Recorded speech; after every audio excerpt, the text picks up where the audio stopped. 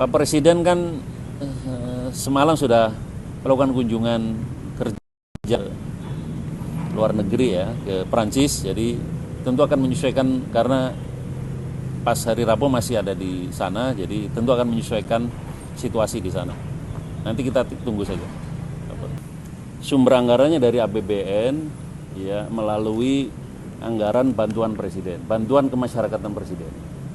Jadi harga sapi tentu bervariasi karena bobotnya beda-beda dan lokasinya juga tentu mempengaruhi harga sapi. Jadi kita menyesuaikan harga sapi di setiap daerah. Kurang lebih anggaran yang dikeluarkan sebanyak 100 miliar.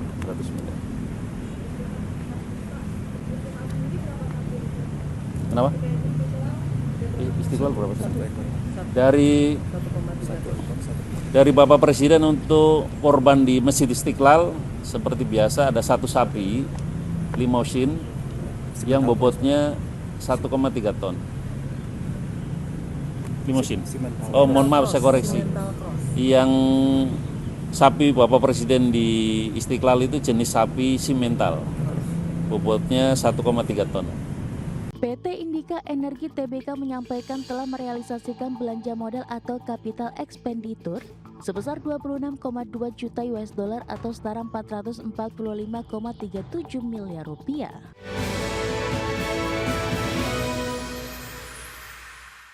Pemirsa, PT Indika Energi Tbk menyampaikan telah merealisasikan belanja modal sebesar 26,2 juta dolar Amerika Serikat sepanjang 3 bulan pertama tahun 2026.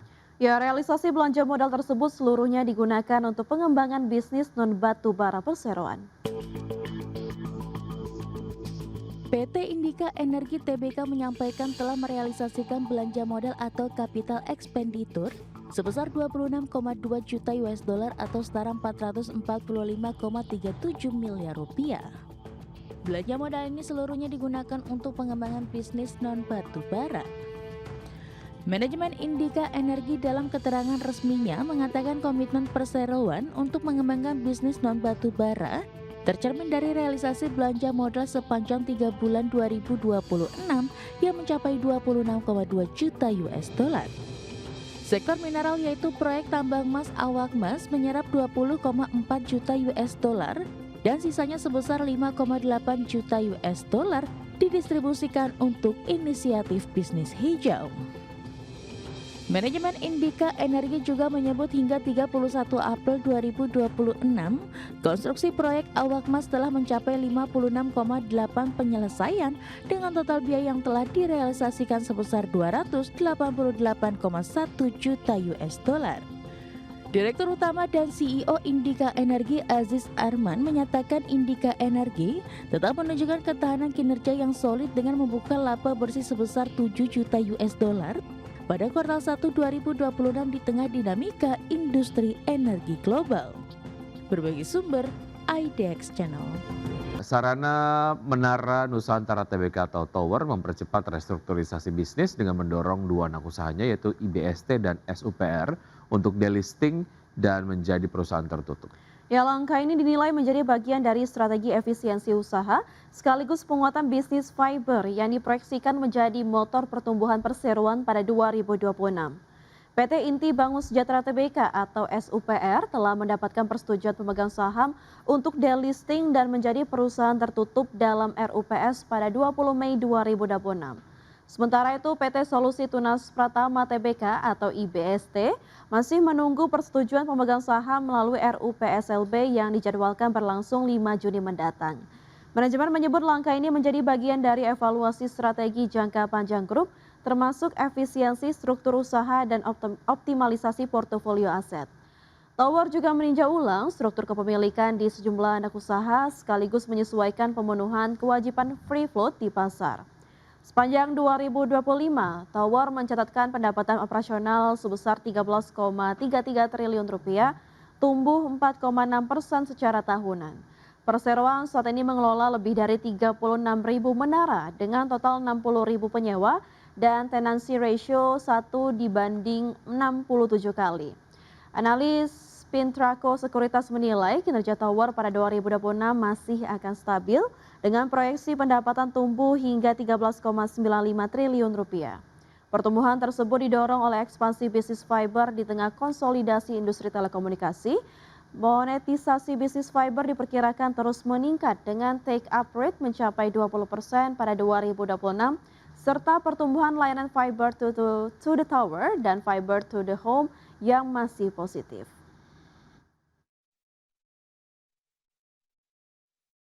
Pemirsa, sebanyak 11 perusahaan berskala aset besar masuk antrean untuk melaksanakan penawaran umum perdana atau IPO saham di Bursa Efek Indonesia. Bursa Efek Indonesia menyebut jumlah ini mendominasi dari total 15 perusahaan yang kini berada dalam pipeline pencatatan saham tahun 2026. Sebanyak 11 perusahaan berskala aset besar mengantri untuk melaksanakan penawaran umum perdana atau IPO saham. Jumlah ini mendominasi dari total 15 perusahaan yang kini berada dalam pipeline pencatatan saham Bursa Efek Indonesia. Direktur Penilaian Perusahaan Bursa Efek Indonesia Igede Nyoman Yetna menyampaikan bahwa sampai saat ini terdapat 15 perusahaan yang berada dalam daftar tunggu atau pipeline pencatatan saham. Dari jumlah tersebut mayoritas merupakan perusahaan dengan kepemilikan aset bernilai jumbo. Bila merujuk pada klasifikasi peraturan Otoritas Jasa Keuangan, sebanyak 11 perusahaan yang mengantri merupakan perusahaan aset skala besar dengan nilai di atas 250 miliar rupiah. Sementara itu sisa antrian diisi oleh 4 perusahaan dengan aset skala menengah atau berada di rentang 50 miliar rupiah hingga 250 miliar rupiah. Di sisi lain, BI mencatat belum ada perwakilan dari kelompok perusahaan aset skala kecil dengan nilai di bawah 50 miliar rupiah dalam pipeline saat ini. Hingga 22 Mei 2026, Otoritas Bursa baru merealisasikan pencatatan satu emiten baru di awal tahun berjalan dengan total dana yang dihimpun senilai 300 miliar rupiah. Dari data BI, minat korporasi berskala besar dan menengah ini tersebar cukup merata dengan motor utama datang dari sektor consumer dan kesehatan. Berbagi sumber, IDX Channel. Harga minyak dunia anjlok hampir 7% pada perdagangan Senin seiring meningkatnya optimisme pasar terhadap peluang tercapainya kesepakatan damai antara Amerika Serikat dan Iran. Pelaku pasar menilai kesepakatan tersebut berpotensi membuka kembali Selat Hormuz, jalur vital pengiriman minyak global yang selama 3 bulan terakhir terganggu akibat konflik di Timur Tengah. Harga minyak Brent tercatat turun hampir 7% ke level 96,3 dolar Amerika per barrel, sedangkan harga minyak mentah West Texas Intermediate merosot 6,5% ke posisi 90,88 dolar Amerika per barrel. Penurunan tajam harga minyak terjadi setelah negosiator utama Iran dan Menteri Luar Negeri Iran melakukan pembicaraan di Doha, Qatar terkait kemungkinan kesepakatan dengan Amerika Serikat untuk mengakhiri perang yang telah berlangsung selama 3 bulan terakhir. Kedua pihak disebut telah membuat kemajuan dalam penyusunan nota kesepahaman yang dapat menghentikan konflik dan memberi waktu 60 hari bagi negosiator untuk mencapai kesepakatan final.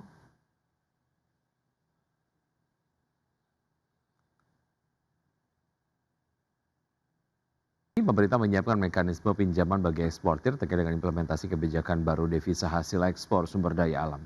Ya, skema tersebut disiapkan untuk mengantisipasi kebutuhan likuiditas rupiah para eksportir setelah pemerintah mewajibkan sebagian DHE SDA dikonversi dan ditempatkan di dalam negeri.